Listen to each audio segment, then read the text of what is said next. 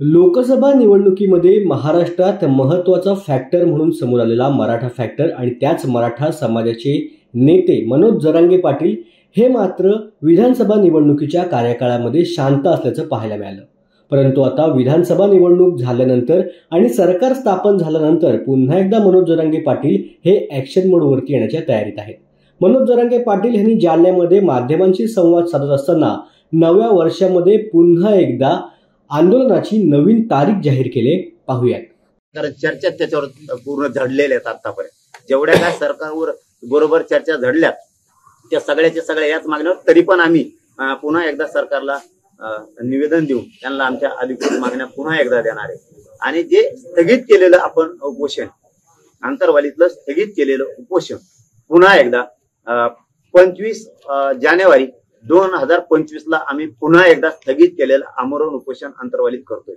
कारण 26 जानेवारीला पूर्ण 1 वर्ष आमच्या मराठा समाजाची फसवणूक केलेली 1 वर्ष पूर्ण होते सगळेश्वरीच्या अंमलबजावणीच्या बाबत आणि 8-9 मागण्याच्या बाबत। त्यामुळे 25 जानेवारीला 2025 ला आंतरवाली इथं आमरण उपोषणाला मी बसणार आहे। इथं कठोर आमरण उपोषण होणार आहे। मराठा समाजाला आणि सरकारलाही माझी विनंती आहे, 25 जानेवारीच्या आत तशा तर सगळ्या मागण्या तुम्ही अधिवेशनातच पूर्ण करा, पण 25 जानेवारीच्या आत 25 जानेवारीच्या आत 2025 याच्या आत सगळ्या मागण्याची अंमलबजावणी करा। नसता सरकारला इतके वाईट वाटल की इतका पश्चाताप येईल, इतकं भयंकर आंदोलन, इतक्या प्रमाणात एकजुटीनं मराठा समाज रस्त्यावरती पुन्हा आलाय।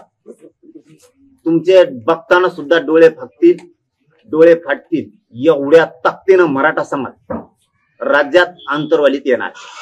आणि राज्यभरातल्या मराठा समाजाला आता माझी विनंती, तुम्ही आतापर्यंत जी एकजूट दाखवली ती एकजूट तुम्ही पुन्हा एकदा 25 तारखेला आंतरवालीत दाखवा। घराघरातल्या मराठ्यांनी